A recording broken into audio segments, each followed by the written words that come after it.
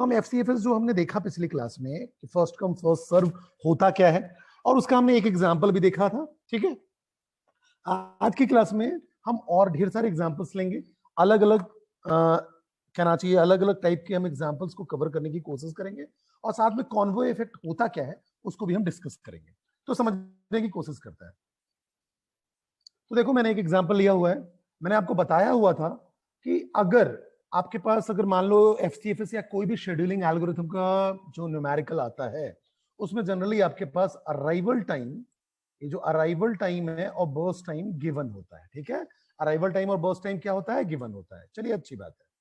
तो बेटा, सबसे पहले मैं अगर इसको आपको बताऊं तो मैंने आपको बताया था इसको अपन एटी बोलेंगे, अराइवल टाइम। ठीक है, एब्रिविएशन नोटेशन हम यूज कर रहे हैं। देन बर्स्ट टाइम को बीटी बोल दो, कंप्लीशन टाइम को सीटी, तो कंप्लीशन टाइम आपका हो गया सीटी।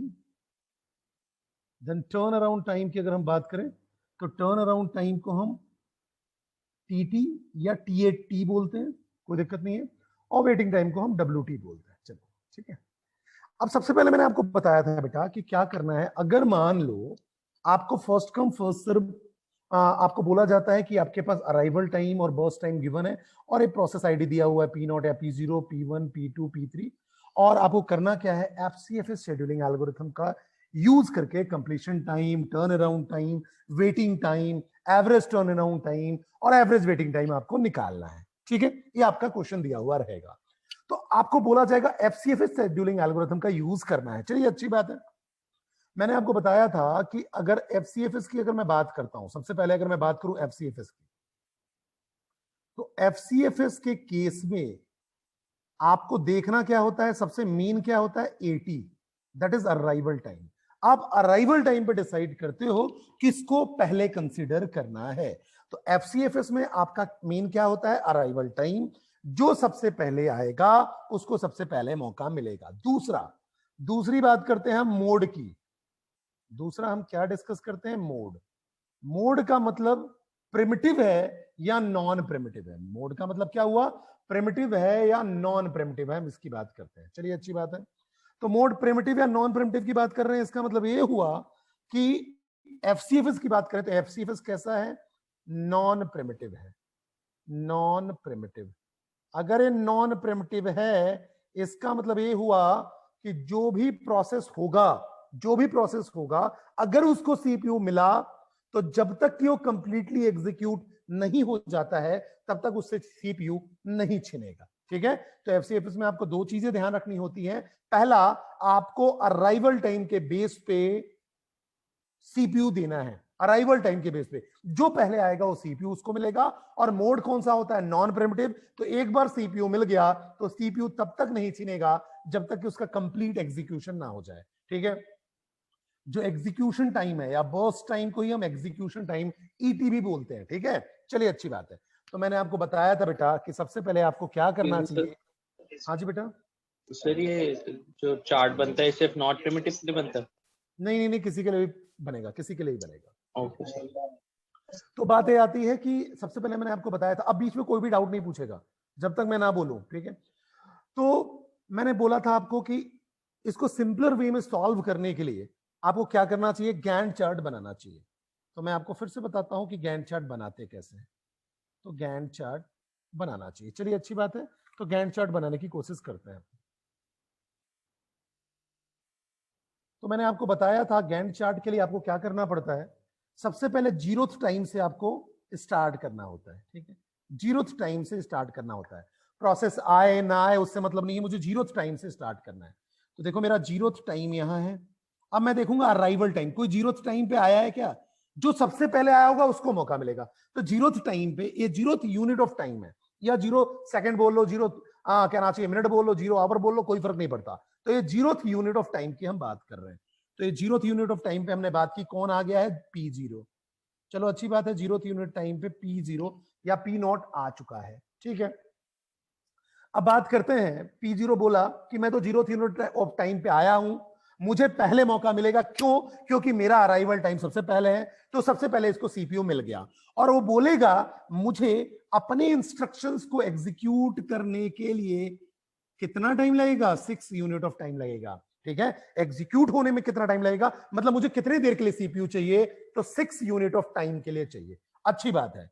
तो देखो 0th यूनिट ऑफ टाइम पे आया हुआ था, और टोटल जो सीपीयू के एग्जीक्यूशन में, या कहना चाहिए P0 को टोटल 6 यूनिट ऑफ टाइम लगेंगे। तो 0 + 6 मतलब 6 यूनिट पे फ्री हो जाएगा। इस 6 यूनिट पे पूरा का पूरा फ्री हो जाएगा, मतलब 6 यूनिट ऑफ टाइम तक सीपीयू को होल्ड करके रखेगा। मतलब इसको सीपीयू कितने देर के लिए मिला? 6 यूनिट ऑफ टाइम तक। चलो P0 एग्जीक्यूट हो गया। अब मैं देखूंगा हमारे पास टोटल 6 यूनिट ऑफ टाइम हो चुका है, इतना तो हमें क्लियर है। अब मैं देखूंगा कि कोई और आ चुका है, इस 6 यूनिट ऑफ टाइम तक कोई आ चुका है। तो देखो ये सारे आ चुके हैं, सारे के सारे रेडी क्यू में है, ये सारे के सारे रेडी क्यू में हैं। क्यों? क्योंकि 6 यूनिट ऑफ टाइम तक ये सारे आ चुके थे, लेकिन इनको सीपीयू नहीं मिला। सीपीयू तो P0 ने होल्ड करके रखा हुआ था। चलिए अच्छी बात है। अब मैं किसको पिक करूंगा? मैं तो 1 वाले को पिक करूंगा, क्योंकि जो सबसे पहले आया होगा उसको मौका मिलेगा। तो P0 को ऑलरेडी मौका मिल गया, उसके बाद किसको मौका मिलेगा? 1 वाले को मौका मिलेगा।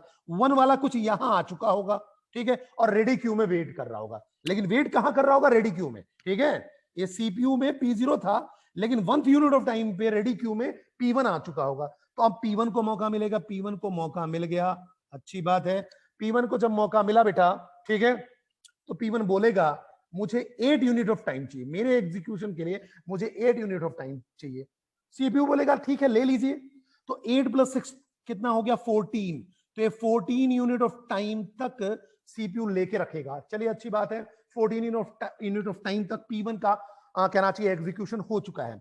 ऑलरेडी बाकी प्रोसेसेस भी हमारे पास आ चुके हैं, P2 और P3, कहीं 2 और 3 पे, लेकिन रेडी क्यू में है। ठीक है, अब P1 एग्जीक्यूट हो चुका है, तो बट ऑब्वियस है उसके बाद P2 को मौका मिलेगा, क्योंकि इसका अराइवल टाइम पहले है, 2 यूनिट ऑफ टाइम पे आ चुका है। तो जिसका पहले होगा उसी को मौका मिलेगा। अब P0 और P1 तो हो चुके, P2 को मौका मिलेगा। जब P2 को मौका मिला, तो P2 को मौका मिला, और P2 को एग्जीक्यूट होने के लिए 10 यूनिट ऑफ टाइम चाहिए। तो बोले मेरे को तो 10 यूनिट ऑफ टाइम चाहिए, मैं 10 यूनिट ऑफ टाइम तक सीपीयू को रखूंगा अपने पास और अपने इंस्ट्रक्शन को एग्जीक्यूट करूंगा। अच्छी बात है। तो 14 + 10 कितना हो गया? 24। ठीक है, 24 यूनिट ऑफ टाइम तक भी सीपीयू को रखा, और लास्ट कौन सा बच गया? P3। अब P3 को मौका मिलेगा, और ये बोलेगा मुझे 12 यूनिट ऑफ टाइम तक कहना चाहिए सीपीयू चाहिए। तो 24 + 12 दैट इज 36। तो 36 यूनिट ऑफ टाइम पे पूरा का पूरा टास्क कंप्लीट हो गया। All the processes are executed, और कब एग्जीक्यूट हो चुके हैं वो? 36 यूनिट ऑफ टाइम पे। तो अगर आप देखो सारे के सारे जो प्रोसेसेस हैं वो 36 यूनिट ऑफ टाइम पे एग्जीक्यूट हो चुके हैं। Is that clear to all of you? यहां तक बात समझ में आ गई? Yes sir. Yes sir. यहां तक किसी को भी डाउट है तो पूछ सकते हो बेटा। एक गैंट चार्ट कैसे बना, कोई भी कंफ्यूजन पूछ सकते हैं, कोई भी कंफ्यूजन किसी को भी। क्लियर है? दोबारा नहीं बताऊंगा। Good, very good. अब बेटा एक एक चीज की बात करते हैं, एक एक चीज की। बेटा कंप्लीशन टाइम क्या होता है? कंप्लीशन टाइम मतलब ये हुआ किसी भी प्रोसेस को कंप्लीट होने में कितना टाइम लगा। तो देखो यहां गैंट चार्ट से क्लियर दिख रहा है कि P0 के अगर राइट में मैं देखूं, P0 के राइट साइड में, तो उसका कंप्लीशन पता चलेगा। देखो 6 यूनिट ऑफ टाइम पे कंप्लीट हो गया। P1 के राइट में देखो तो 14 यूनिट ऑफ टाइम पे एक कंप्लीट हो गया। P2 के राइट में देखूं तो P2 का कंप्लीशन कब हो रहा है? 24 पे। P3 के राइट में देखूं तो 36 पे P3 कंप्लीट हो रहा है। इसका मतलब प्रोसेस के राइट में देख के मुझे पता चल जाएगा वो प्रोसेस कब कंप्लीट हुआ। इट मींस P0 कब कंप्लीट हो रहा है? 6 यूनिट ऑफ टाइम पे। P1 देखो इसके राइट में 14 यूनिट ऑफ टाइम पे, ठीक है। P2 24 यूनिट ऑफ टाइम पे, P3 36 यूनिट ऑफ टाइम पे। कंप्लीशन टाइम में किसी को कोई कंफ्यूजन है पूछ सकता है, बोलिए बच्चे, कोई भी? No sir. Very good, very good, ठीक है। अगली बात करते हैं। सर हाँ बेटा बोल। बट सर अगर अभी हमने जो P3 के टाइम है वो हमने मतलब 6 के बाद दी, मतलब जैसे P1 हमने 1 सेकंड पे दिया ना अराइवल टाइम, अगर अराइवल टाइम 6 के बाद हो तो हम उसको वो ऐड भी करते हैं ना? क्या क्या क्या? नहीं समझ में आया, नहीं समझ में आया। जैसे P0 पे सर हमने 0 अराइवल टाइम 0 है, हाँ, और नेक्स्ट P1 के लिए 1 है। अगर 1 की जगह समझो सर होता 6 7 होता होने दे, तो सर एडिशनल 1 भी आता ना? अब नहीं, अगर मान ले P1 का 7 होता तो इसको मौका ही लास्ट में मिलता, फिर P2 को मिलता, फिर P3 को मिलता, फिर P1 को मिलता। नहीं, सबके अगर आगे आगे होते, जैसे कि टाइमिंग बाद में हुई है तो सबको मतलब वो टाइम भी बस ऐड तो होगा ना जैसे सर। अच्छा ठीक है, अगर इसका कहने का मतलब ये है कि अगर ये मान लो 7 होता और इसका 13 है, इसका 20 है, ठीक है, सही बोल रहा हूँ? यस तो सर, ये यस सर। 7 जो होता तो 7 + 6 13 होता, फिर 6 से प्लस भी करते, पीछे वाले को प्लस करते जा रहे हैं ना, क्योंकि पिछला टाइम तो Yes, sir, निकल yes, चुका ना, उसको भी ऐड करते ही जा रहे हैं। यहां भी कर रहे हैं बेटा, यहाँ 0 पे ही हुआ है तो 0 + 6, ठीक है। अब यहाँ 0 से ही चालू हुआ है तो 0 + 6 6 ही होगा, और 6 प्लस फिर देखो तो इसको 8 मिला तो 8 + 6 14, 14 + 10 चाहिए तो 24, 24 + 12 चाहिए तो 36, ऐड ही कर रहे हैं, ठीक है। yes sir। ओके, अब एक्सक्यूज मी बात, सर। हाँ बेटा बोलो बोलो सर बोलो। मतलब जो अराइवल टाइम है वो सिर्फ ये देखने के लिए होता है कि कौन सा पहले जाएगा कौन से बाद में जाएगा, बिल्कुल बिल्कुल बिल्कुल बिल्कुल और सही। फर्स्ट टाइम ऐड होता रहता है। अराइवल टाइम केवल ये बताता है किसको सीपीयू मिलेगा, कितना मिलेगा कौन बताएगा, बताओ कितना मिलेगा कौन बताएगा, बताते चलो, कितना मिलेगा कौन बर्स्ट बताएगा। टाइम। बर्स्ट टाइम या एग्जीक्यूशन टाइम, मतलब कितना चाहिए, कितना मिलेगा नहीं, ये बोलना गलत है, कितना चाहिए कितना रिक्वायर्ड है वो बर्स्ट टाइम बता रहा है। कंप्लीशन टाइम मतलब मिलके एग्जीक्यूट हो गया, एग्जीक्यूट हो गया वो, ठीक है, तो वो टाइम आपका कंप्लीशन टाइम हो गया। अब मैं अगर बात करूं टर्न अराउंड टाइम की बेटा, टर्न अराउंड टाइम टीएटी या टीटी, शॉर्टकट हम उसको कुछ भी बोल दो, टीएटी या टीटी बोलते हैं। अब टर्न अराउंड टाइम निकालने का तरीका होता है बेटा, ये देखो कंप्लीशन टाइम, ये है formula, completion time minus arrival time. तो कंप्लीशन टाइम क्या है 6 और अराइवल टाइम था 0, तो टोटल टर्न अराउंड टाइम 6 लगे। आप देख के भी यहां से देख सकते हो टोटल, इसको टोटल कितना टाइम लगा 6। अब अगर आप देखो तो अब अगर मैं बात करूं इसका तो 14 - 1, इसको टोटल टर्न अराउंड टाइम कितना लगा 13। क्यों 13 बोलो, क्योंकि ये कहीं 1 पे आ चुका था, रेडी क्यू में 1 पे आया था और 14 पे फिनिश हुआ है, तो इसका मतलब 1 पे आया और 14 पे फिनिश हुआ, मतलब 13 यूनिट ऑफ टाइम लगे, 13 यूनिट ऑफ टाइम टोटल लगे उसको, ठीक है। तो यहां से भी समझ में आ रहा है मुझे, और डायरेक्टली फॉर्मूला से निकाल सकता हूं मैं। फिर 24 - 2, इसको total turn around time, execution plus waiting दोनों की बात कर रहा हूं, कितना लगा 22। देखो 24 - 2, 36 - 3 कितना लगेगा 33। ये हो गया टर्न अराउंड टाइम। किसी को भी कोई कंफ्यूजन है पूछ सकते हो, टर्न अराउंड टाइम में कोई कंफ्यूजन पूछ लीजिए। क्लियर है तो भी बताना है, क्लियर है, ठीक है। अब अगर मैं आपसे बोलूं बेटा एवरेज टर्न अराउंड टाइम निकालो, तो इनको सबको टोटल कर दो, इसको आप टोटल करोगे आएगा 74, और 74 डिवाइड बाई हम नंबर ऑफ प्रोसेसेस करते हैं, तो 1 2 3 4, तो 74/4 कितना होगा 18.5। ये क्या आ गया आपका एवरेज टर्न अराउंड टाइम, ये आपका है average turn around time. Waiting time की बात करते हैं, वेटिंग टाइम केवल ये बताएगा आपको कितना वेट करना पड़ा सीपीयू मिलने के लिए, कितना वेट करना पड़ा। चलिए अच्छी बात है, फॉर्मूला मेरा ये बोलता है कि टर्न अराउंड टाइम में से बर्स्ट टाइम हटा दो, सही बात है। मैंने आपको याद करो पिछली क्लास में मैंने आपको समझाया था, turn around time total time है, उसमें से कितना एग्जीक्यूशन के लिए लगा उसको हटा दो तो वेटिंग पता चल जाएगा।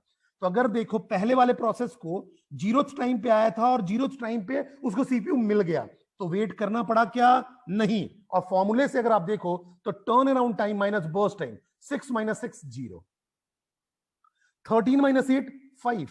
अगर आप देखो इसको कब सीपीयू मिला, ये 1 यूनिट ऑफ टाइम पे आया था और 5 यूनिट ऑफ टाइम के बाद सीपीयू मिल रहा है, तो देखो बिल्कुल करेक्ट हो रहा है। गैंट चार्ट से भी आप इसको क्लियरली देख सकते हो। फिर उसके बाद मैं बोलूंगा 22 - 10, तो कितना हुआ आपका 12, तो 12 यूनिट ऑफ टाइम तक वेट करना पड़ा। 33 - 12, 21 यूनिट ऑफ टाइम तक वेट करना पड़ा। एवरेज वेटिंग टाइम निकालोगे तो इनको ऐड कर दो, तो 21 + 12 + 5 दैट इज 38, और नंबर ऑफ प्रोसेसेस कितने हैं 4, उससे अगर आप डिवाइड करते हो तो 38/4 4 × 9 36 मींस 9.5, तो 9.5 यूनिट ऑफ टाइम इसके एवरेज वेटिंग टाइम लगे। कोई कंफ्यूजन कोई डाउट पूछ सकता है, कोई भी बोलना है बेटा, अगर क्लियर है तो भी बताना है। टर्न जल्दी अराउंड बताइए। टाइम, हाँ बेटा बोलो। टर्न अराउंड टाइम कैसे लिखा था सर, एक बार वो नेटवर्क इश्यू आ गया था। टर्न अराउंड टाइम का मतलब turn around time, turn around time का मतलब हुआ कि कंप्लीट टाइम, जिसमें वेटिंग टाइम भी होगा और एग्जीक्यूशन टाइम भी होगा। तो अगर मैं देखूं पहले इसको देखो गैंट चार्ट से मैं बताऊं, तो P0 की बात करूं मैं तो P0 का मतलब क्या हुआ, 0 + 6 टोटल, उसको 6 यूनिट ऑफ टाइम लगे, ठीक है। लेकिन अगर मैं P1 की बात करूं तो 1 यूनिट ऑफ टाइम पे आया था और 14 पे कंप्लीट हुआ, तो 14 - 1 13 टोटल टाइम लग रहे हैं, उसमें वेटिंग टाइम भी है और एग्जीक्यूशन टाइम भी है। फॉर्मूले से निकालोगे तो क्या हो जाएगा, completion time minus arrival time कर दो तो हो जाएगा, पता चल जाएगा कब कंप्लीट हुआ और कब अराइव हुआ था, ठीक है। यही कर रहे हैं, देखो 14 - 1 13, 24 - 2 22, 36 - 3 33, ठीक है। क्लियर है या नहीं है, बोलते जाओ। Yes sir. Yes sir.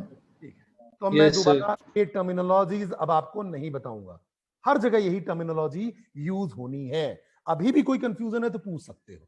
दोबारा हम इस बात पर डिस्कस नहीं करेंगे कि what is arrival time, what is burst और एग्जीक्यूशन टाइम, सीटी, टीटी, डब्ल्यूटी, इनकी कोई बात नहीं करने वाले हैं बेटा, क्योंकि मैंने आपको प्रैक्टिकली गैंट चार्ट से भी बताया और फॉर्मूले से बताया।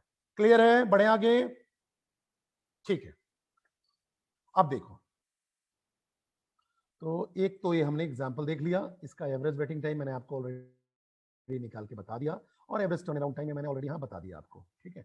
चलिए आगे बढ़ते हैं, इस क्वेश्चन को हम अगले क्वेश्चन को हम सॉल्व करने की कोशिश करते हैं, ठीक है। अब आप क्या करो ना, साथ में मेरे साथ में गैंट चार्ट बनाना चालू कर दो। गैंट चार्ट बन गया, उसके बाद कुछ भी नहीं है, ठीक है। अब मैं गैंट चार्ट बनाने की कोशिश करता हूं, ठीक है, या मुझे बताते चलो, बिल्कुल सिंपल है। अब बेटा मुझे बताओ, सबसे पहले यहां अराइव कौन हो रहा है, अराइव कौन हो रहा है, जल्दी P3 P3। कंफ्यूज मत होना बेटा, ठीक है। अभी तक हम जितने भी एग्जाम्पल पढ़ रहे थे उसमें पहला वाला जो प्रोसेस था उसका अराइवल टाइम 0 होता था, ठीक है। तो आपको लगता था पहला वाला ही आ गया, लेकिन ऐसा जरूरी नहीं है, ठीक है। यहां तो अराइवल टाइम सबसे कम किसका है, P3 का, तो मुझे मौका P3 को देना पड़ेगा बेटा। चलिए अच्छी बात है, P3 को मौका दिया मैंने, क्योंकि मैं तो 0th यूनिट ऑफ टाइम से ही गैंट चार्ट प्रिपेयर करूंगा, ये बात ध्यान रखिएगा। चलिए अच्छी बात है, तो सबसे पहले मैंने P3 को मौका दिया। चलिए P3 बोलेगा मुझे तो 2 यूनिट ऑफ टाइम चाहिए, अच्छी बात है, तो 0 + 2 2। अब उसके बाद किसको मौका दोगे आप, अब देखोगे आप 0 से, अभी रुक जाओ पहले, अभी रुक जाओ, 0 से 2 यूनिट ऑफ टाइम में अगर मैं बात करूं, 0 से 2 यूनिट ऑफ टाइम में कोई प्रोसेस अराइव हुआ है क्या, बोलो, कोई भी आया है क्या, कोई भी रेडी क्यू में है? No, sir. नहीं है। ये देखो यहाँ कोई भी 2 यूनिट ऑफ टाइम में कोई भी रेडी क्यू में नहीं है। अब अगर नहीं है तो क्या करना पड़ेगा, सीपीयू को आइडल बैठना पड़ेगा। तो चलो आप एक एक यूनिट बढ़ा लो, ठीक है। तो मैंने 1 यूनिट ऑफ टाइम सीपीयू को बोला कि आइडल बैठ गया, चलो अच्छी बात है, यहाँ सीपीयू आइडल बैठा है। अब देखो 3 यूनिट ऑफ टाइम पे कोई आया है क्या, कोई रेडी क्यू में है क्या, देखिए जल्दी। P1 अगला मौका मिलेगा मुझे, फर्स्ट पे इसको मौका मिला, इसके बाद इस सेकंड पे किसको मौका मिलेगा, P1 को। अच्छी बात है बेटा, P1 को मौका मिला। अब P1 का बर्स्ट टाइम या एग्जीक्यूशन टाइम कितना है, 4, उसको 4 यूनिट ऑफ टाइम चाहिए बेटा। चलिए अच्छी बात है, तो 3 + 4 कितना हो जाएगा, 7, ठीक है। 7 और यूनिट ऑफ टाइम पे P1 एग्जीक्यूट हो गया। अब हम बोलेंगे 3 to 7 के बीच में प्रोसेसर रेडी क्यू में आ गए क्या, तो आप देखोगे सारे आ गए, P2 भी आ गया है, P4 भी आ गया और P5 भी आ गया है। अब मैं किसको लूं, बताओ किसको लूं, P5, वेरी गुड। अब मैंने बेटा लिया P5 को, चलिए अच्छी बात है। 4, अब P5 क्यों, क्योंकि 4th यूनिट ऑफ टाइम पे आया था, 3rd पे इसका नंबर लगा और बर्स्ट टाइम है इसका 3, तो 3 टाइम्स या 3 यूनिट ऑफ टाइम चाहिए इसको एग्जीक्यूट होने के लिए। तो अच्छी बात है, 7 + 3 10 हो गया। यहां तक मुझे क्लियर है, कोई डाउट नहीं है। अब बात आती है कि अब P2 और P4 दोनों ही आपके रेडी क्यू में हैं। अब आप किसको मौका दोगे, क्यों, क्योंकि अराइवल दोनों का एक ही टाइम पे हुआ है, 5 यूनिट ऑफ टाइम पे दोनों का अराइवल हुआ है। जब ऐसी कंडीशन हो तो फिर हम सीक्वेंस में जो पहले आया हुआ होता है उसको मौका देते हैं।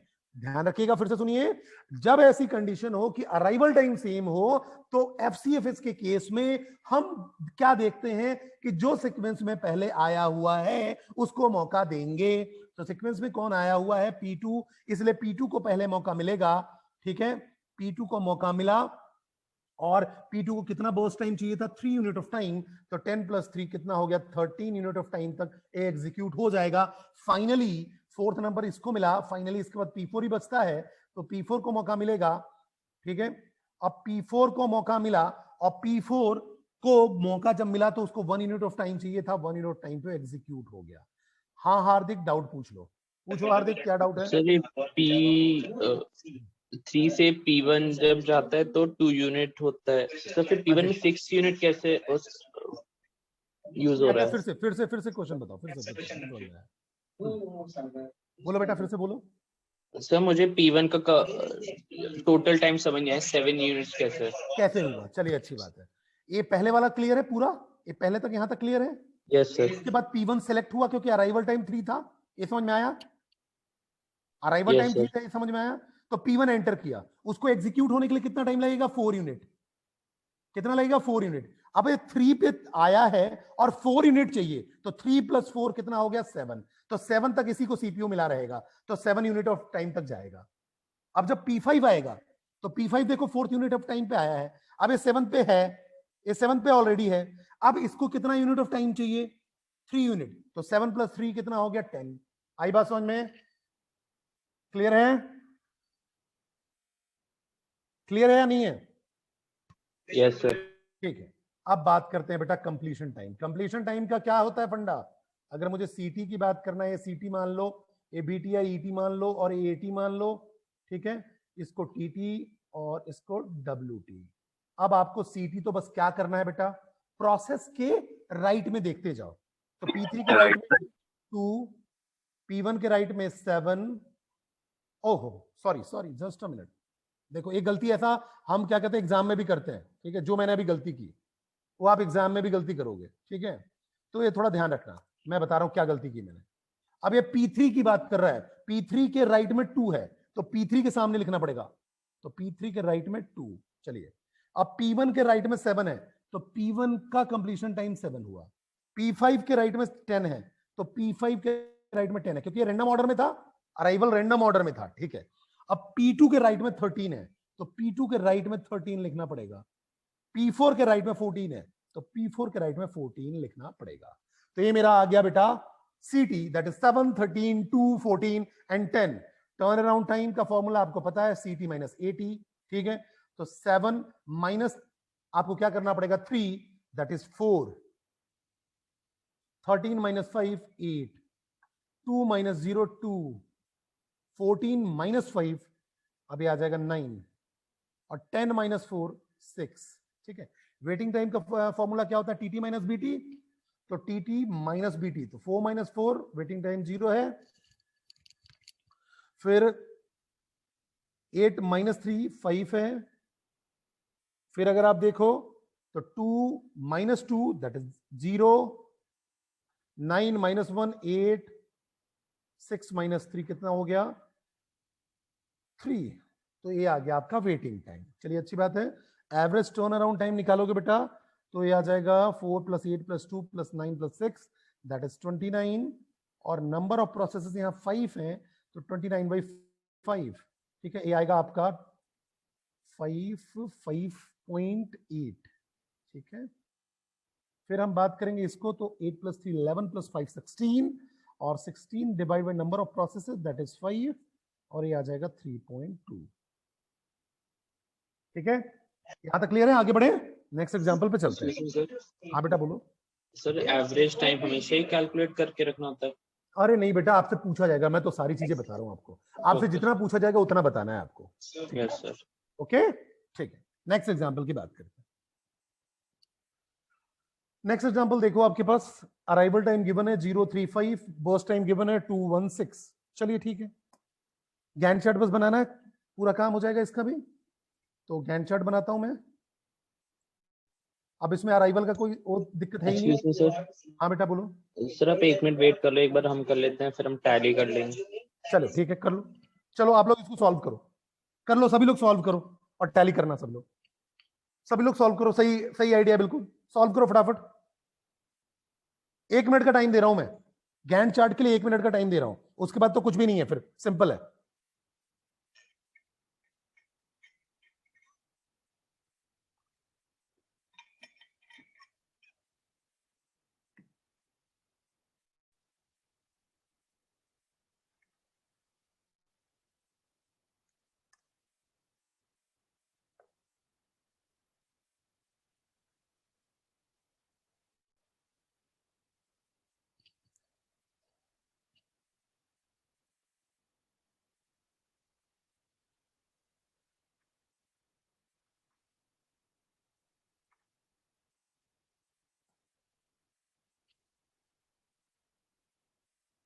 चलो अब आप लोग मिला लेना, मैं केवल रिजल्ट लिख रहा हूं, ठीक है, आप मिलाते चला।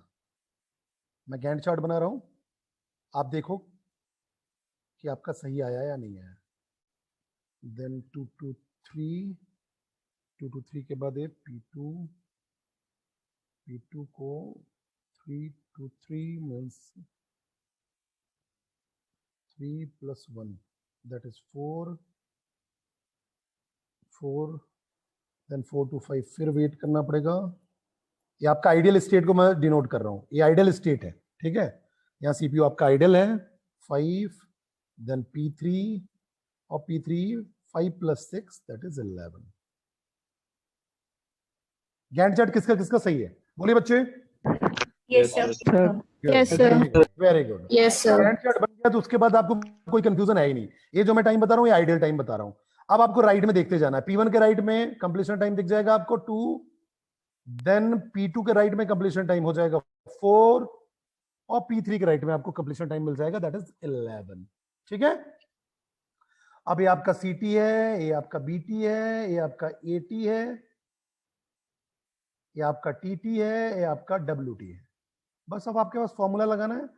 TT निकालने का तरीका CT - AT, CT - AT, तो आप CT - AT मतलब 2 - 0 2, चलिए अच्छी बात है, 4 - 3 1, 11 - 5 6, ठीक है, मैच करते जाओ। देन वेटिंग टाइम यहां देखो किसी को वेट नहीं करना पड़ा है, क्यों, क्योंकि सीपीयू है आइडल था और जैसे ही उसका टाइम आया है सीपीयू मिल गया है, ठीक है। तो देखो वैसा ही आएगा, तो WT = TT - BT, TT minus burst time, तो 2 - 2 दैट इज 0, 1 - 1 0, ठीक है, एंड 6 - 6 0, ठीक है। तो ये वेटिंग टाइम निकल गया। तो एवरेज वेटिंग टाइम बिल्कुल नहीं है, 0 है, और 6 + 1 + 2 दैट इज 9, और 9 डिवाइड बाय 2 दैट इज 4.5। ये total average turn around time है 4.5। मैच हो गया सभी का? Sir, 3 से डिवाइड नहीं करेंगे एवरेज? ओके, सॉरी बिल्कुल 3 से डिवाइड करेंगे, सही है। ये कितना आ गया? 3, बिल्कुल 3 से डिवाइड करेंगे, ठीक है, बिकॉज प्रोसेस कितने, नंबर ऑफ प्रोसेस 3 है। सही है सबका?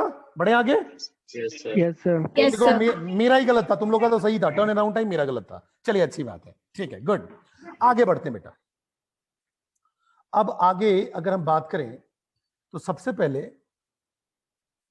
एक प्रोसेस, हाँ चलो मैं इसकी बात कर लूं, फिर प्रोसेस जीरो की बात करूंगा। हाँ, एक क्वेश्चन आपके पास ऐसा आ सकता है कि आपके पास प्रोसेस आईडी तो गिवन है ही, अराइवल टाइम गिवन है, बर्स्ट टाइम गिवन है। अब आपको बोला जा रहा है कि सीपीयू शेड्यूलिंग पॉलिसी क्या है, FCFS है। जैसे ही FCFS आया तो दो चीजें हमको ध्यान में आ जाती है। पहला क्या ध्यान में आएगा कि अराइवल टाइम देखना है, ठीक है, पहला ध्यान में क्या आएगा, अराइवल टाइम देखना है। दूसरा ध्यान में क्या आ जाएगा, मोड क्या होगा, नॉन प्रिमिटिव, इसका मतलब सीपीयू नहीं छीनेगा जब तक वो एग्जीक्यूट ना हो जाए। अब लेकिन यह क्वेश्चन में थोड़ा सा ट्विस्ट है, ये बोल रहा है कि there is a 1 unit of overhead in scheduling the process. Process को शेड्यूल करने में 1 यूनिट का ओवरहेड है, तो एफिशिएंसी निकालो, ठीक है। अब देखो ऐसा क्वेश्चन पूछा जा सकता है कि अगर 1 यूनिट का ओवरहेड है तो आपसे फिर एवरेज क्या ना चाहिए, एवरेज टाइम, वेटिंग टाइम या एवरेज टर्न अराउंड टाइम भी पूछा जा सकता है, ठीक है। अब मैं यहां पूछ क्या रहा हूं कि कोई भी प्रोसेस को शेड्यूल करने में जो आपका कहना चाहिए कोई भी ऑपरेटिंग सिस्टम है वो 1 यूनिट का ओवरहेड लेता है, ठीक है। कोई भी प्रोसेस शेड्यूल होगा उससे पहले 1 यूनिट का ओवरहेड होगा, ये ध्यान रखना। ये ऐसा क्वेश्चन बोल रहा है। अब आपको बोला जा रहा है कि एफिशिएंसी निकालो। एफिशिएंसी का मैं फॉर्मूला बताऊंगा आपको, पहले इसका गैंट चार्ट बनाते हैं। अब इसको थोड़ा सा आपको समझना। सर ओवरहेड क्या होता है? ओवरहेड का मतलब ये हुआ कि ऑपरेटिंग सिस्टम क्या कर लेता है कि 1 यूनिट ऑफ टाइम लेता है, तब दूसरे को मौका देता है। मतलब ओएस भी कुछ टाइम लेगा, वो कितना है, 1 यूनिट ऑफ टाइम है। 2 यूनिट होगा मतलब 2 यूनिट लेगा। हर प्रोसेस को शेड्यूल करने से पहले, बाद में नहीं, हर प्रोसेस को शेड्यूल करने से पहले।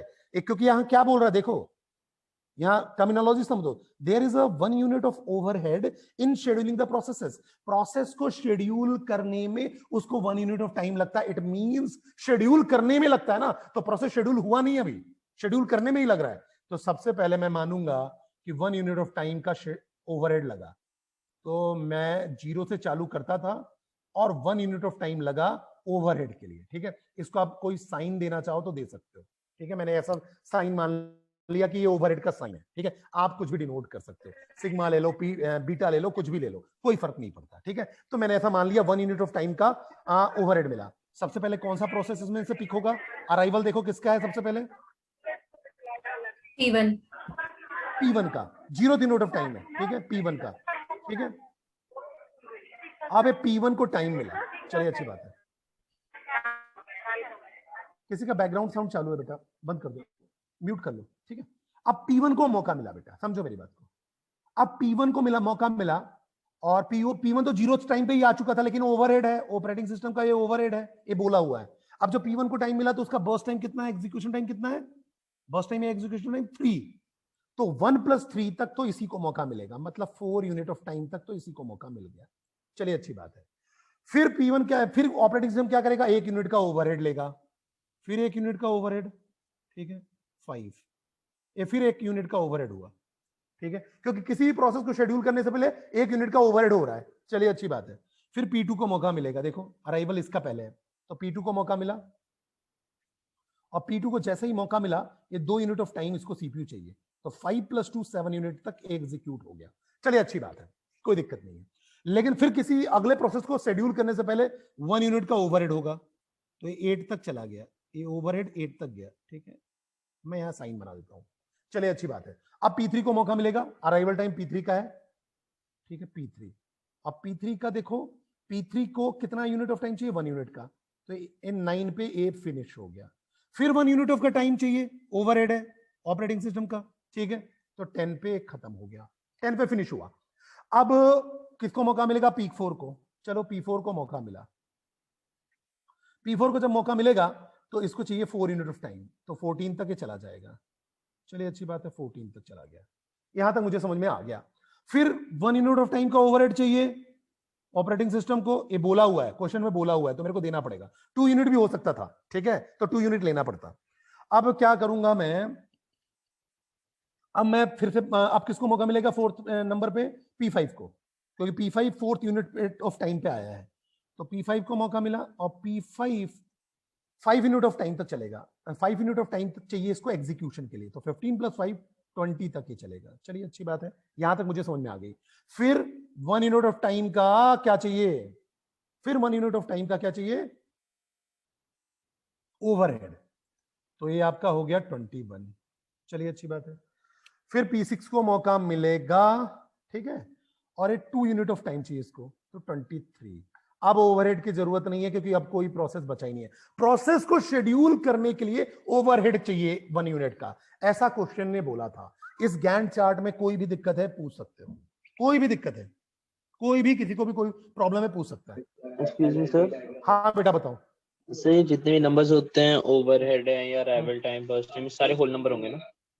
हाँ बेटा, हाँ दिए रहेंगे, होल नंबर ही दिए रहेंगे। अगर मान लो नहीं भी दिया हुआ है, मान लो 1.5 दिया हुआ है, उतना यूनिट ऑफ टाइम आप ले लो, कोई दिक्कत नहीं है। इन जनरल होल नंबर ही होते हैं। ओके सर, ठीक है, इन जनरल होल नंबर होते हैं। क्लियर है यहां तक, कोई डाउट तो नहीं है बेटा? ठीक है, अब देखो एफिशिएंसी निकालने के लिए मुझे सबसे पहले निकालना पड़ेगा वेस्टेड टाइम, कितना टाइम वेस्ट हुआ। तो वेस्टेड टाइम, या इसी को आप बोलते हो यूजलेस टाइम।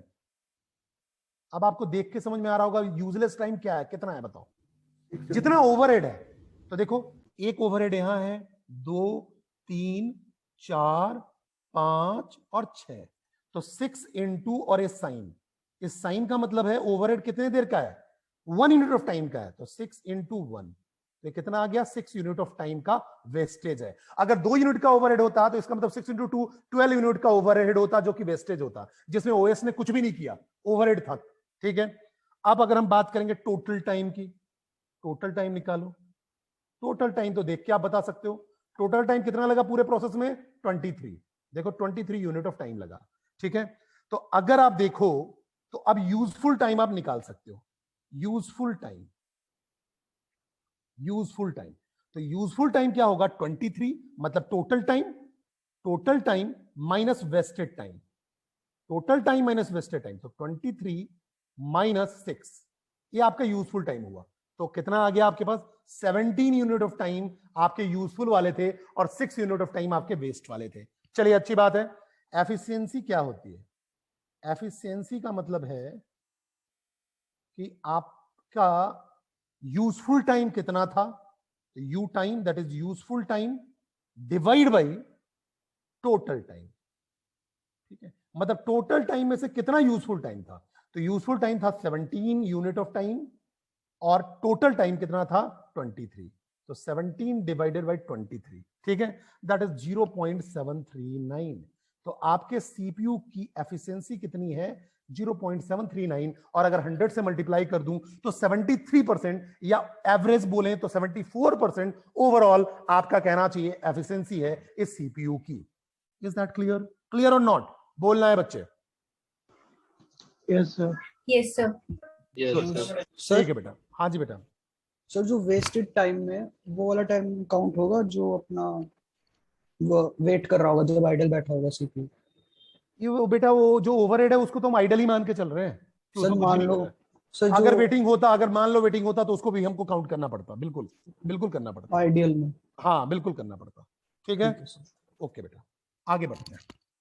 अब आपके पास कुछ ऐसा क्वेश्चन हो सकता है कि all process arrived in the order P1 P2 P3, ठीक है, with the same arrival time, लेकिन वो सेम अराइवल टाइम पे आए हैं और बर्स्ट टाइम गिवन होगा कि 24 है, 3 है, 3 है, मतलब सेम अराइवल टाइम मतलब 0 यूनिट ऑफ टाइम पे सारे के सारे आ गए हैं। सेम अराइवल टाइम जैसे इन्होंने बोल दिया 0, तो 0 यूनिट ऑफ टाइम पे सारे के सारे आ गए हैं, ठीक है, और बर्स्ट टाइम आपको गिवन है 24, 3 और 3। चलिए आप लोग भी क्या कहते हैं गैंट चार्ट बनाइए, मैं भी बनाता हूं, ठीक है। आपको पता ही है कि अराइवल टाइम सेम है, देखो अराइवल टाइम सेम है और बर्स्ट टाइम आपको गिवन है, मतलब एग्जीक्यूशन टाइम गिवन है। अब अगर अराइवल टाइम तीनों का सेम है तो हम क्या देखेंगे बताओ? अगर अराइवल टाइम सेम है तो क्या देखना पड़ेगा? सीक्वेंस में कौन पहले आया है, ठीक है। तो चलिए गैंट चार्ट प्रिपेयर करिए, सॉल्व करते हैं फटाफट। चलिए गैंट चार्ट प्रिपेयर करिए सभी लोग, अब तो बताने की भी जरूरत नहीं है।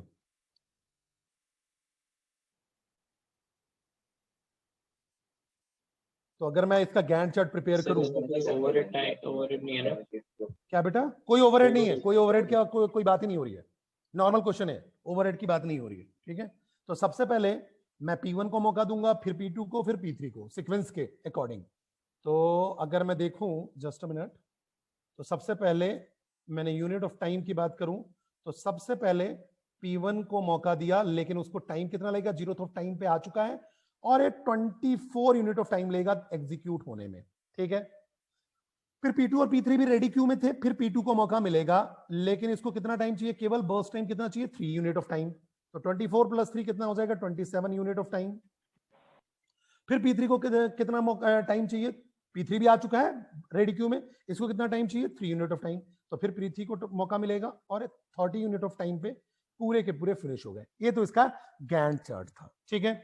अब अगर मैं बोलूं इसको एब्रिविएशंस ले लेते हैं, AT, BT, CT, TT या TAT और WT, ठीक है। अब इसको बड़े ध्यान से समझना, इस पे जो है ना कॉन्वॉय इफेक्ट समझ में आएगा, तो बड़े ध्यान से इस एग्जांपल को हमको सॉल्व करना है। तो अब देखो बेटा, अब क्या हुआ कि मैं क्या करूंगा, प्रोसेसेस के राइट में देखते जाऊंगा तो CT मिलता जाएगा। तो P1 के राइट में 24 है तो इसका कंप्लीशन टाइम 24 है, P2 के राइट में 27 है तो इसका कंप्लीशन टाइम 27 है, और P3 के राइट में 30 है तो इसका कंप्लीशन टाइम 30 है। चलिए अच्छी बात है। अब देखिए टर्न अराउंड टाइम की बात करूं तो टर्न अराउंड टाइम होता है TT equal to CT minus AT। तो CT मतलब 24 माइनस AT 0, तो 24 ही होगा। सारे जीरो पे हैं तो देखो 27 माइनस 0 27 ही होगा, 30 माइनस 0 तो 30 ही होगा। अब what is the waiting time? Waiting time के लिए आपको क्या करना पड़ता है? TT माइनस BT, तो turn around time minus BT burst time. तो 24 माइनस 24 0, कोई वेट नहीं करना पड़ा। 27 माइनस 3 24 मिनट्स का वेट था या 24 यूनिट ऑफ टाइम का वेट था। 30 माइनस 3 27 यूनिट ऑफ टाइम का वेट था, ठीक है। अब अगर आपको एवरेज टर्न अराउंड टाइम निकालना है तो इनको ऐड कर दो, तो ये ऐड करोगे तो आएगा 51, और नंबर ऑफ प्रोसेसेस कितने हैं? 1 2 3, तो डिवाइड बाय 3। अब 51 को आप अगर 3 से डिवाइड करते हो तो 17 आ जाएगा, तो ये आपका एवरेज टर्न अराउंड टाइम आ गया। अब वेटिंग टाइम की बात करें तो 27 प्लस 24 दैट इज 81, और 81 को नंबर ऑफ प्रोसेसेस 3 से डिवाइड करते हैं तो दैट इज 27, तो ये आपका आ गया 27, ठीक है। यहां तक कोई डाउट तो नहीं है? क्लियर है? Yes, sir. अराउंड टाइम 81 होगा। टर्न अराउंड टाइम क्या आ रहा है? 81 सर, और वेटिंग टाइम 51 आ रहा है। अच्छा, मैंने उल्टा कर दिया, जस्ट मिनट। 7 4 11 2 2 4 3 7, हाँ 81, ओके ठीक है। अब 81 आ गया, तो 81 को 3 से डिवाइड करेंगे तो कितना हो गया? 27। चलिए अच्छी बात है, ठीक है। फिर इसको अपन कैलकुलेट कर लेते हैं, 741, हाँ ठीक है 51। चलिए अच्छी बात है। अब 51 को मैं 3 से डिवाइड करूंगा, कितना आ जाएगा? 17। ये सही है? ये सही है?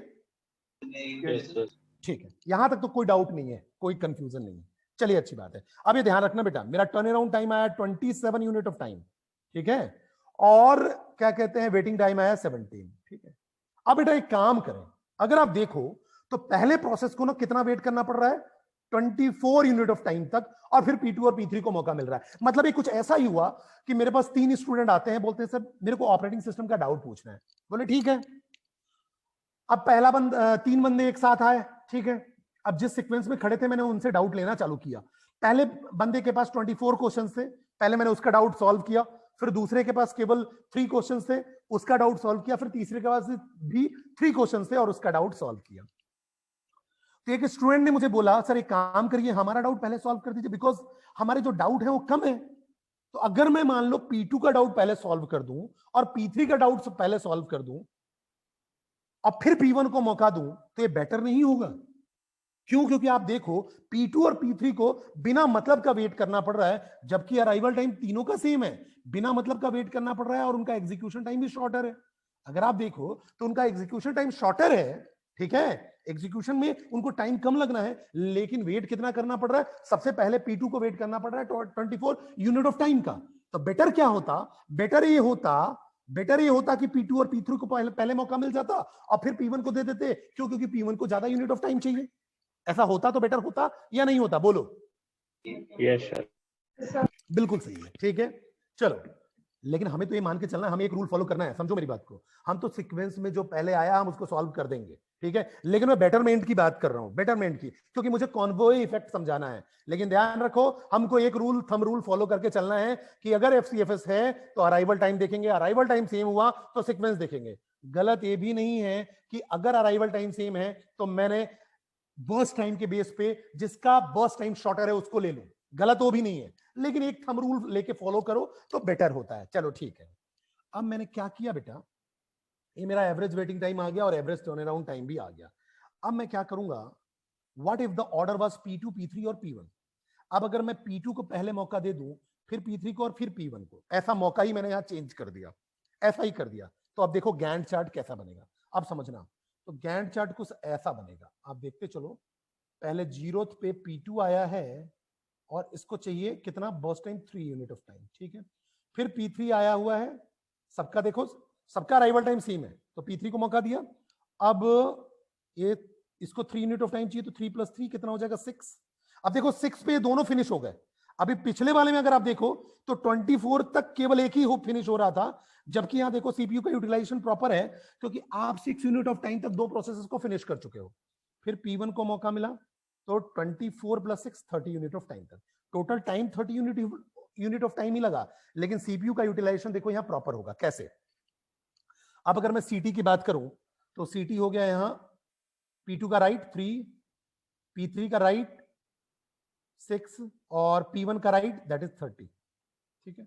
अब मैं टर्न अराउंड टाइम निकालूंगा तो CT - 80, तो 3 - 0 दैट इज 3, 6 - 0 6 और 30 - 0 30। अब वेटिंग टाइम निकालो। वेटिंग टाइम क्या होगा? वेटिंग टाइम TT - BT, तो TT - BT, तो 3 - 3 0, 6 - 3 3। अब इन दोनों का वेटिंग टाइम कम हो गया, और 30 - 24 इसका क्या हुआ? 6। इसका भी वेटिंग टाइम ओवरऑल कम ही आ रहा है, लेकिन उसको अगर मैंने पहले कर दिया तो दिक्कत हो रही थी। अब देखो एवरेज वेटिंग टाइम निकालो तुम, तो 6 + 3 9, 6 + 3 कितना हुआ? 9, और 9 डिवाइड बाई क्या करोगे आप? 3। 9 डिवाइड बाई आपने किया 3, दैट इज 3, ठीक है। और 30 + 3 + 6 ये आपने मैंने कैलकुलेट करके रखा हुआ है, यहां देखो। अगर आप देखो तो 30 + 6 + 3 39/3 दैट इज 13, और ये 3 पिछले वाले में यहां आया था जब मैं P1 को पहले सॉल्व कर रहा था, कितना आया था? मेरे ख्याल से 27 था, देखो 27 था, Yes, ठीक है, देखो ये 27 था, ठीक है, और इसमें कितना आ रहा था 17 यूनिट ऑफ टाइम या 17 मिली सेकेंड जो भी है, ठीक है। देखो फर्क दिख रहा है। और मैंने आपको बताया था शेड्यूलिंग एल्गोरिथम का मेन पर्पस क्या होता है, वेटिंग टाइम और टर्न अराउंड टाइम को मिनिमाइज करना होता है। जितने भी ये टाइम वाले हुए हैं उनको मिनिमाइज करना है। तो मिनिमाइज हो रहा है, हो रहा है या नहीं हो रहा है, बताओ, Yes, हो रहा है या sir. नहीं हो रहा है, ठीक है। तो ऐसा भी पॉसिबिलिटी है कि कभी कभी क्या होता है, एफसीएफएस की दिक्कत है बेटा, एफसीएफएस की दिक्कत है, क्योंकि मुझे तो सीक्वेंस में ही फॉलो करना है, मैं तो सीक्वेंस में ही सॉल्व कर रहा हूं। मैंने जस्ट उसको क्या कर दिया कि अराइवल सेम था, तो मैंने उसको सॉल्व का जो सीक्वेंस था यहां चेंज कर दिया, P2 P3 और P1 कर दिया, या P3 P2 और P1 कर दो। तो आपके पास यहां देखो टर्न अराउंड टाइम और एवरेज वेटिंग टाइम जो है ये आपका बेटर आएगा, it is much better than the previous case, ठीक है। और ये रिलेटेड है आपका कॉन्वॉय इफेक्ट से। जो पहला एग्जांपल था वो किससे सफर कर रहा है, कॉन्वॉय इफेक्ट से सफर कर रहा है। क्यों क्यों ऐसा हो रहा है? कॉन्वॉय का मतलब होता है कि आप ऐसा समझ लो, एक साथ पूल ऑफ कार या ट्रक्स जा रहे हैं। जैसे मिलिट्री की ट्रक्स जो होती है वो एक साथ जाते रहते हैं, तो जितने भी पीछे की जो ट्रैफिक होती है वो क्या होती है, वो जो ट्रैफिक होता है वो जैम जैसा कंडीशन बन जाता है। वो वेट करते हैं कि जो कॉन्वॉय पुल है, जो आगे के जितने भी व्हीकल्स हैं वो क्लियर हो जाएं, तब जाके पीछे वालों को रास्ता मिल जाए। यहां भी कुछ ऐसा ही हो रहा है। कॉन्वॉय इफेक्ट का मतलब समझना, यहां अगर आप देखो तो यहां क्या दिक्कत हो रही है। यहां अगर आप देखो तो सबसे पहले जो P1 प्रोसेस है वो क्या कर रहा है, टोटल 24 यूनिट ऑफ टाइम ले लिया, ठीक है, टोटल 24 यूनिट ऑफ टाइम लेके बैठा हुआ है, ठीक है। अब जब 24 यूनिट ऑफ टाइम या 24 मिनट पूरे के पूरे कंप्लीट होंगे या सेकंड कंप्लीट होंगे, तब जाके P2 को मौका मिलेगा, तब जाके P3 को मौका मिलेगा, ठीक है। P2 को मौका तो 24 के बाद मिला और P3 को 27 यूनिट ऑफ टाइम के बाद। तो क्या हो रहा, दिक्कत क्या हो रही है कि जितने भी छोटे प्रोसेसेस थे जिनको एग्जीक्यूशन के लिए टाइम कम से कम चाहिए था, उनको वेटिंग ज्यादा हो गया। इसी को हम बोलते हैं कॉन्वॉय इफेक्ट। इसको हम क्या बोलते हैं, कॉन्वॉय इफेक्ट। तो एफसीएफएस में कॉन्वॉय इफेक्ट आने के चांसेस हैं। अगर कोई पहला प्रोसेस है उसको ज्यादा टाइम लग रहा है तो कॉन्वॉय इफेक्ट आने के चांसेस हैं, ठीक है। तो ये बात हमको समझ में आ गई कि तो the first example suffer from convoy effect. All small IO process या input output process wait for one big CPU bound process to acquire CPU. क्योंकि यहां होता क्या है, एक जो इससे मतलब कहना चाहिए जो प्रोसेस होगा, जो पहले वाला प्रोसेस होगा, उसको जो सीपीयू चाहिए होगा उसको टाइम बहुत ज्यादा लग रहा है, ज्यादा टाइम चाहिए, और दूसरे प्रोसेसर स्मॉलर टाइम वाले थे वो वेट करते रहेंगे, क्योंकि पहला वाला जो है वो क्या है, लॉन्ग टाइम के लिए सीपीयू को होल्ड करके रखा हुआ है। This particular example is called convoy effect example, ठीक है। तो अगर हम कॉन्वॉय इफेक्ट की बात करें तो सिंपल सी बात है, लॉन्गर जॉब है और देखो शॉर्टर जॉब है। अगर लॉन्गर जॉब पहले आ जाता है तो शॉर्टर जॉब को वालों को वेट करना पड़ता है। तो FCFS may suffer from the convoy effect if the burst time of the first job is the highest among all। अगर burst time पहले जॉब का सारे प्रोसेसेस से हाईएस्ट हो तो कॉन्वॉय इफेक्ट में ट्रैप हो सकता है आपका एफसीएफएस, ठीक है। As in the real life if a convoy, ठीक है, मतलब कहना चाहिए group of vehicles is passing through the road, then the other persons may get blocked until it passed completely. This can be simulated in the operating system also. So if the CPU gets the process of the higher burst time at the front end of the ready queue, then the process of lower burst time may get blocked, which means they may never get the CPU. Never तो नहीं बोलना सही नहीं है, उनको wait करना ज्यादा पड़ेगा, बर्स्ट टाइम ज्यादा होगा। This is called convoy effect. और स्टारवेशन जो होता है इसी का जो है ना ब्रॉडर फॉर्म है। अगर कहना चाहिए बाकी जो शॉर्टेज जॉब थे उनको मौका ही ना मिले, वो वेट ही करते रहे लॉन्गर जॉब के केस में, तो क्या होता है, स्टारवेशन की कंडीशन कहलाती है, या कॉन्वॉय कंडीशन कहलाती है, या कॉन्वॉय इफेक्ट कहलाता है। अब अगर आप यहां देखो तो यहां भी मैंने कॉन्वॉय इफेक्ट को समझाने के लिए ही कहना चाहिए एग्जांपल लिया हुआ है। यहां भी आप देखो, अगर गैंट चार्ट की बात करें तो गैंट चार्ट में देखो सबसे पहले जो P1 प्रोसेस है उसको बर्स्ट टाइम कितना लग रहा है, एग्जीक्यूशन टाइम 40 मिनट का, और P2 3 और P3 1। अब यहां देखो जो P1 का जो एग्जीक्यूशन टाइम है वो बहुत ज्यादा है और इनमें सबसे ज्यादा है, ठीक है, लेकिन ये 0th टाइम पे अराइव हुआ है, इसलिए इसको मौका पहले मिलेगा। तो इसका अगर आप गैंट चार्ट देखोगे तो गैंट चार्ट कैसा बनेगा, कुछ ऐसा।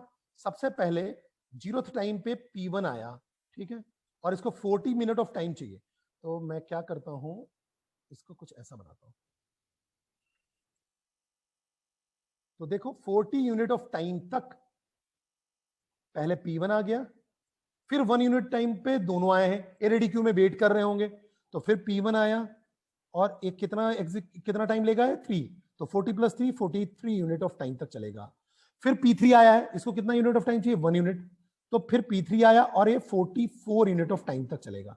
ठीक है, तो देखो दिक्कत क्या हो रही है, दिक्कत ये हो रही है कि पहला जो प्रोसेस है वो सबसे ज्यादा टाइम ले रहा है, that is 14 unit of time, जो दूसरे प्रोसेस को वेट करा रहा है। ठीक है, तो ये आपका कॉन्वॉय इफेक्ट का एग्जांपल है। अब आप देखो कंप्लीशन टाइम तो आप बना लोगे, तो पहले वाले का राइट देखो, P1 का राइट 40, ये CT आ जाएगा, P1 का राइट, ये P2 है बेटा, ये P2 है। ठीक है, P2 का राइट 43, P3 का राइट 44, ये आपका आ गया कंप्लीशन टाइम।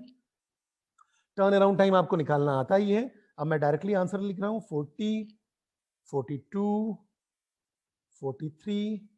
ठीक है, अब वेटिंग टाइम की बात कर रहा हूं, तो वेटिंग टाइम अगर देखोगे तो 40 माइनस 40 0, 42 माइनस 3 दैट इज 39 और 43 माइनस 1 42।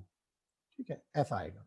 अब आप इनको तीनों को ऐड कर दो, तीनों को ऐड कर दो। ठीक है, तो ये समथिंग आएगा 3 2 प्लस 5 125, तो 125 बाई 3। ठीक है, दैट इज 41 पॉइंट समथिंग आएगा, तो 41.66। आप कैलकुलेट करते चलना, देखते चलना गड़बड़ तो नहीं हो रही। 41.66। वेटिंग टाइम की बात करें तो 39 प्लस 42, तो 9 प्लस 2 11। ठीक है, दैट इज 81 बाई 3। ठीक है, तो ये हो जाएगा 27, ये इतना आ गया। ठीक है, ये ऐसा आ गया। अब इसी को अगर आप देखो दूसरे एग्जांपल में, तो अगर आप यही सेम प्रॉब्लम को मैं थोड़ा सा चेंज कर दूं, यहां देखो अराइवल टाइम मैंने P2 P3 का 0 पे कर दूं, अगर P2 P3 का 0 पे कर दूं और P1 का बाद में कर दूं, तो बेटर आपको टर्न अराउंड टाइम और आपको एवरेज वेटिंग टाइम मिलेगा। अब अगर आप गैंट चार्ट बनाओगे तो गैंट चार्ट कैसा हो जाएगा, देखो अब गैंट चार्ट चेंज हो जाएगा। अब गैंट चार्ट क्या होगा, सबसे पहले मौका मिलेगा P2 को। ठीक है, 0 टाइम पे आया और 3 यूनिट ऑफ टाइम तक चला, तो 3 यूनिट ऑफ टाइम। ठीक है, फिर मौका मिलेगा P3 को। ठीक है, और P3 देखो यहां 1 यूनिट ऑफ टाइम तक चलेगा 4। ठीक है, और फिर मौका मिलेगा P1 को जो 40 यूनिट ऑफ टाइम तक चलेगा, 44 यूनिट तक। ठीक है, कोई दिक्कत नहीं है। लेकिन अब जब मैं देखूंगा तो P2 के राइट में देखूंगा तो 3 यूनिट ऑफ टाइम पे कंप्लीट हो चुका है, P3 के राइट में देखूंगा तो ये 4 यूनिट ऑफ टाइम पे कंप्लीट हो चुका है। ठीक है, और P1 के राइट में देखूंगा तो ये 44 यूनिट ऑफ टाइम पे कंप्लीट हो चुका है। ठीक है, अच्छी बात है। तो जब मैं टर्न अराउंड टाइम निकलूंगा तो टर्न अराउंड टाइम क्या हो जाएगा, 44 minus 1 that is 43, 3 minus 0 3, sorry 44 minus 1, yes 43। ठीक है, 3 माइनस 0 3, देन 4 माइनस 0 4, और वेटिंग टाइम अगर आप निकालते हैं तो वेटिंग टाइम क्या हो जाएगा, 43 minus 40 that is 3, 3 minus 3 0, 4 minus 1 3। ठीक है, एवरेज टाइम निकालो तो 6 बाई 3, तो एवरेज टाइम क्या आएगा 6 बाई 3, तो 2 आ गया एवरेज वेटिंग टाइम। ठीक है, 6 बाई 3 2, और इसको निकालोगे तो क्या आएगा 43 प्लस 3 46 प्लस 4 50, और 50 डिवाइड बाई 3, तो ये आ जाएगा 16.6। और पिछला कितना आ रहा था देखो 41.66 टू 27, इसके कंपैरिजन में बहुत कम है। तो कॉन्वॉय इफेक्ट से आपका FCFS सफर करता है बेटा। तो अगर हम एडवांटेजेस की बात करें तो FCFS में एडवांटेजेस क्या है, सिंपल है, प्रोग्रामिंग इसकी इजी है, और जो पहले आता है उसको मौका मिल जाता है, तो इसका एल्गोरिथम बड़ा ही सिंपल है। लेकिन ड्रॉबैक क्या है, पहला ड्रॉबैक ये है नॉन प्रिमिटिव है, एक बार CPU मिल गया तो CPU छीनेगा नहीं, CPU छीनेगा नहीं, दूसरा वेट करता रहेगा, तो एवरेज वेटिंग टाइम हाई होगा, average turn around time high होगा। ठीक है, शॉर्ट प्रोसेसेस को क्यू में लॉन्गर वेट करना पड़ेगा। ठीक है, टाइम शेयरिंग सिस्टम के लिए आइडियल एल्गोरिथम्स नहीं है, आइडियल एल्गोरिथम नहीं है जहां हमको सबको बराबर टाइम देना है, बराबर टाइम क्वांटम देना है, वहां के लिए आइडियल नहीं है। ठीक है, और ये ज्यादा ही सिंपल है इसलिए, but obviously it is not very efficient because इसका turnaround time waiting time ज्यादा आता है, तो एफिशिएंसी थ्रूपुट इसका कम आएगा। ठीक है, is that clear to all of you, yes और नो?